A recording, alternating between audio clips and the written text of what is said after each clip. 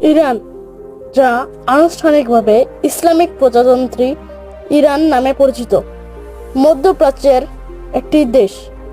এটি ঐতিহাসিকভাবে পারস্য নামেও পরিচিত। অবস্থান: ইরান উত্তরে আর্মেনিয়া, আজারবাইজান এবং তুর্কমেনিস্তান, পূর্বে আফগানিস্তান এবং পাকিস্তান, পশ্চিমে ইরাক ও তুরস্ক এবং দক্ষিণে পারস্য উপসাগর ও ওমান উপসাগর দ্বারা বেষ্টিত। ইরানের রাজধানী তেহরান। ইরানের আয়তন প্রায় 16,48,195 বর্গ কিলোমিটার, যা বিশ্বের 18তম বৃহত্তম দেশ।